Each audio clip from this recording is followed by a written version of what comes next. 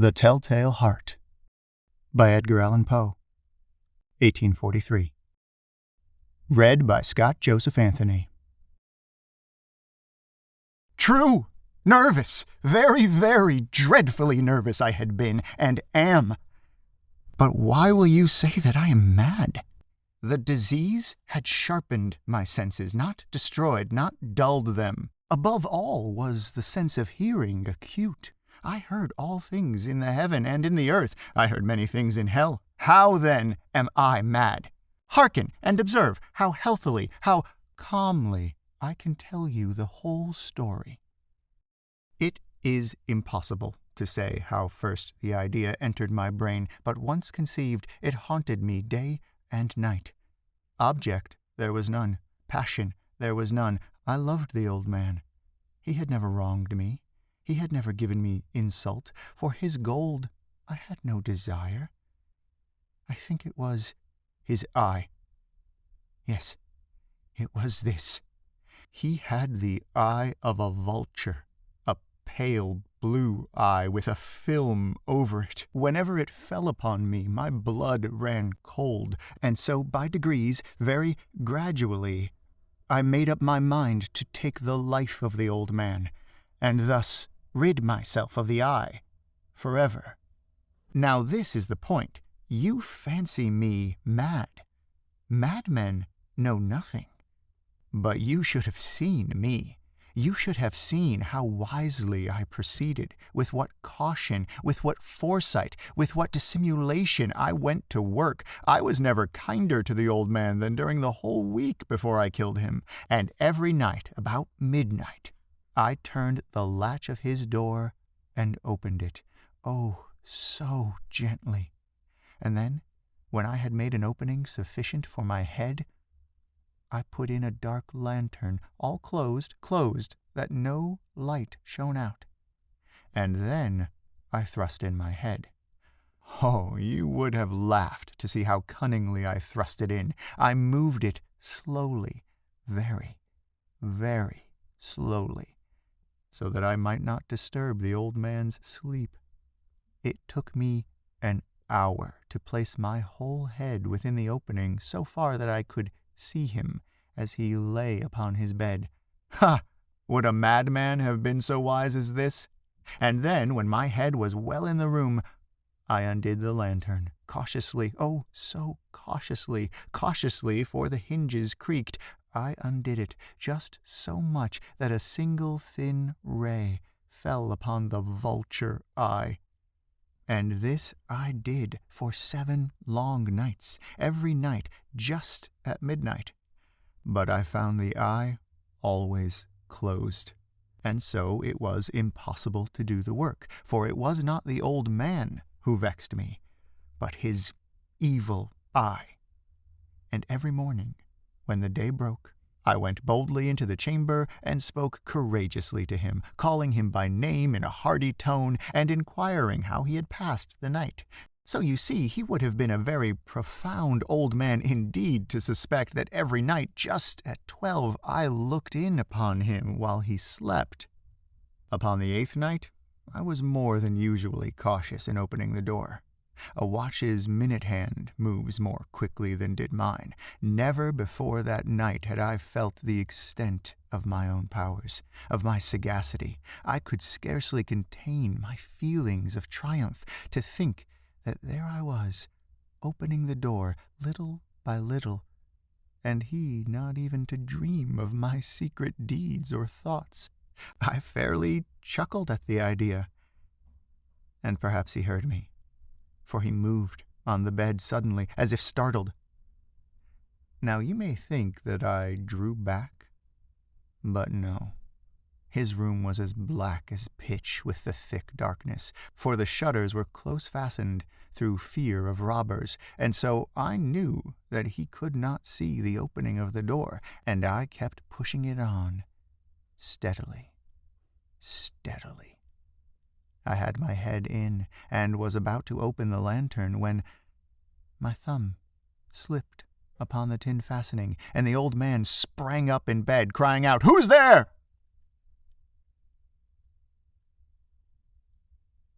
I kept quite still and said nothing. For a whole hour I did not move a muscle, and in the meantime I did not hear him lie down. He was still sitting up in the bed, listening, just as I have done night after night, hearkening to the death watches in the wall. Presently I heard a slight groan, and I knew it was the groan of mortal terror.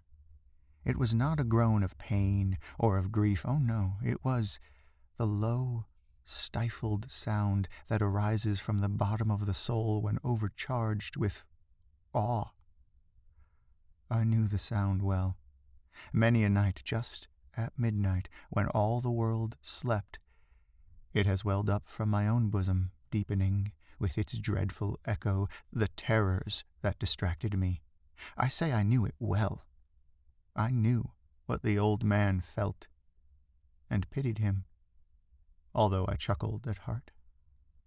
I knew that he had been lying awake ever since the first slight noise, when he had turned in the bed. His fears had been ever since growing upon him. He had been trying to fancy them causeless, but could not. He had been saying to himself, "It is nothing but the wind in the chimney. It is only a mouse crossing the floor," or "It is merely a cricket which has made a single chirp."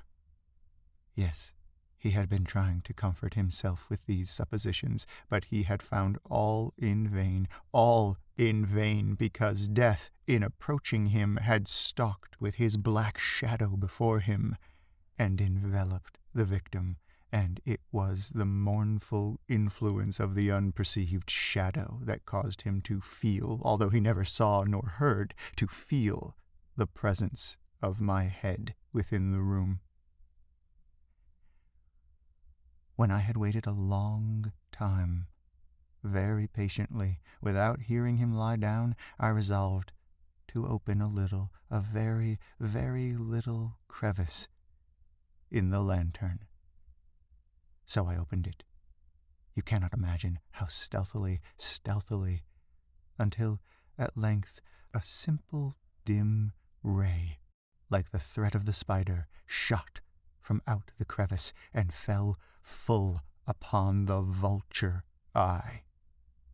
It was open, wide open, and I grew furious as I gazed upon it. I saw it with perfect distinctness, all a dull blue, with a hideous veil over it that chilled the very marrow in my bones, but I could see nothing else of the old man's face or person, for I had directed the ray, as if by instinct, precisely upon the damned spot. And have I not told you that what you mistake for madness is but over-acuteness of the sense? Now I say there came to my ears a low, dull, quick sound, such as a watch makes when enveloped in cotton. I knew that sound well, too. It was the beating of the old man's heart. It increased my fury as the beating of a drum stimulates the soldier into courage. But even yet I refrained and kept still. I scarcely breathed. I held the lantern motionless. I tried how steadily I could maintain the ray upon the eye. Meantime the hellish tattoo of the heart increased. It grew quicker and louder every instant. The old man's terror must have been extreme. It grew louder, I say louder, every moment. Do you mark me well? I have told you that I am nervous. So I am. And now, at the dead hour of the night, amid the dreadful silence of that old house, so strange a noise as this excited me to uncontrollable terror. Yet for some minutes longer I refrained and stood still, but the beating grew louder. I thought the heart must burst, and now a new anxiety seized me. The sound would be heard by a neighbor. The old man's hour had come. With a loud yell I threw open the lantern and leaped into the room. He shrieked once only. In an instant I dragged him to the floor and pulled the heavy bed over him. I then smiled gaily to find the deed so far done. But for many minutes the heart beat on with a muffled sound. This, however, did not vex me. It would not be heard through the wall. At length it ceased. The old man was dead. I removed the bed and examined the corpse. Yes, he was stone dead. I placed my hand upon the heart and held it there many minutes. There was no pulsation. He was stone dead. His eye would trouble me no more.